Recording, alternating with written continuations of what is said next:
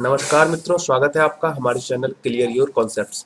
दोस्तों, पिछले वीडियो में मैंने आपको अंतर्राष्ट्रीय श्रम संगठन से परिचित करवाया था, इसके इतिहास के बारे में आपको विस्तार से समझाया था और इसके सभी उद्देश्यों के बारे में मैंने आपको बतलाया था।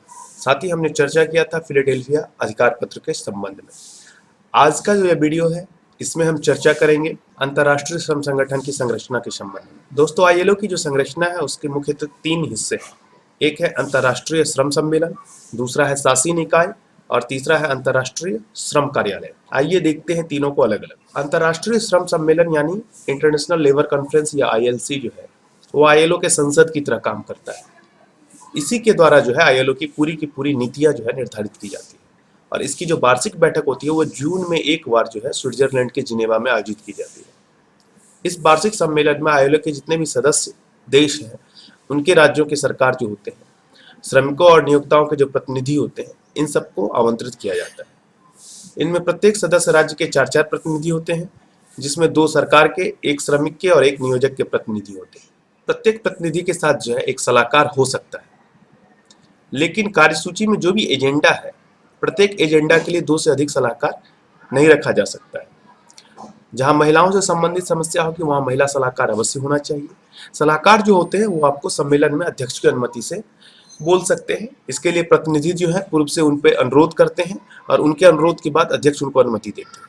प्रत्येक प्रतिनिधि को सभी विषयों पर व्यक्तिगत रूप से भाग लेने और मत देने का अधिकार होता है। जरूरी नहीं है कि भारत के जो भी प्रतिनिधि हैं वो सभी विषय पर एक जैसा ही मत दें, वो चाहे तो मत में उनका अंतर हो सकता है। यदि बात की जाए अंतर्राष्ट्रीय श्रम सम्मेलन के कार्यों की, तो अंतर्राष्ट्रीय श्रम मानकों के निर्धारण के लिए यह एक अंतर्राष्ट्रीय मंच तैयार करता है।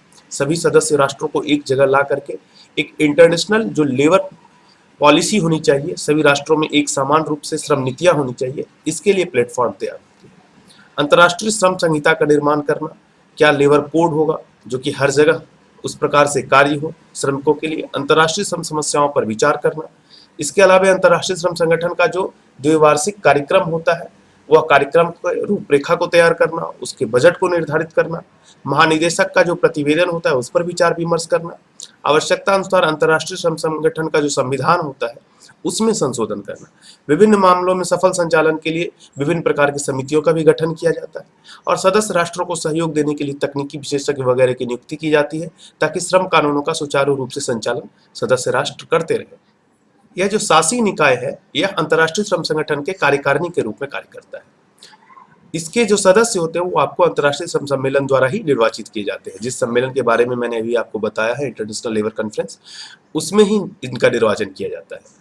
वर्तमान में शासी निकाय में जो है 56 सदस्य हैं, जिसमें 28 सरकार के प्रतिनिधि हैं, 14 श्रमिक के प्रतिनिधि हैं और 14 नियोजक के प्रतिनिधि हैं। यानी 28 जो सदस्य हैं वो 28 विभिन्न देशों से प्रतिनिधित्व करते होंगे, 14 विभिन्न ट्रेड यूनियन से और 14 विभिन्न एम्प्लॉयर यूनियन से। सरकार के प्रतिनिधियों में 10 स्थान जो है वो औद्योगिक दृष्टिकोण से विकसित देशों के लिए होता है, जहां पे काफी ज्यादा इंडस्ट्रीज डेवलप्ड है। इसके अतिरिक्त जो है इसमें 66 उपसदस्य होते हैं, जिसमें 28 जो है वो सरकार के प्रतिनिधि होते हैं, विभिन्न देशों से जुड़े हुए होते हैं सरकारी संस्थाओं से। उसके अलावा 19 श्रमिक के प्रतिनिधि और 19 नियोजक के प्रतिनिधि होते हैं। यानी 56 सदस्य और 66 उप सदस्य के साथ मिल करके यह पूरा का पूरा शासी निकाय जो है बना हुआ होता है। और इसके जितने भी प्रतिनिधि होते हैं, चाहे वो श्रमिक और नियोजक के जो भी प्रतिनिधि हैं, उनका चुनाव जो है श्रम सम्मेलन में जो भाग लेते हैं श्रमिक और नियोजक के प्रतिनिधि, उन्हीं के द्वारा किया जाता है। इस शासी निकाय का जो कार्यकाल होता है वो आपको 3 वर्षों का होता है और इस निकाय में एक अध्यक्ष चुना जाता है और उसके साथ 2 उपाध्यक्ष होते हैं। सामान्यतः अध्यक्ष सरकार के प्रतिनिधि होते हैं और उपाध्यक्ष में से एक नियोजक के प्रतिनिधि और एक श्रमिक के प्रतिनिधि होते हैं। अगर बात की जाए शासी निकाय के द्वारा संपादित कार्यों की, तो शासी निकाय जो है महानिदेशक की नियुक्ति करता है तथा उसके क्रियाकलाप पर नियंत्रण रखता है। श्रम सम्मेलन को आयोजित करने की तिथि का निर्धारण करना, उसके कार्यक्रम की रूपरेखा को तैयार करना, आईएलओ के सभी कार्यों का निरीक्षण करना, क्षेत्रीय कार्यालय जो है आईएलओ के रीजनल ऑफिसेस विभिन्न देशों में, उनसे प्राप्त प्रतिवेदन पर आवश्यक कार्यवाही करना, सम्मेलन द्वारा पारित अभिसमय और सिफारिश का सदस्य राष्ट्रों में क्रियान्वयन करवाना कि वो सही से इम्प्लीमेंट हो रहे हैं या नहीं, और इम्प्लीमेंट होने के बाद उनका क्या रिजल्ट आ रहा है उसका अनुश्रवण भी करना है। सम्मेलन में प्रस्तुत किए जाने वाले द्विवार्षिक बजट कार्यक्रम को भी प्रस्तुत करना और विभिन्न प्रकार के परामर्शदात्री विशेषज्ञ समितियों की स्थापना करना, जो विभिन्न विषय पर महिलाओं से संबंधित, बच्चों से संबंधित, माइग्रेंट वर्कर से संबंधित, इन सभी अलग अलग विषयों पर जो है अपनी विशेषज्ञता के आधार पर जो है अपने अनुभव के आधार पर विचार देते हैं या सुझाव देते हैं। अंतर्राष्ट्रीय श्रम कार्यालय जो है वो आपको महानिदेशक के नियंत्रण में आता है। और यह महानिदेशक की जो नियुक्ति होती है वो शासी निकाय के द्वारा होती है और इनका जो कार्यकाल होता है वो आपको 10 वर्षों का होता है, जिसको कि पुनः 5 वर्षों के लिए बढ़ाया जा सकता है।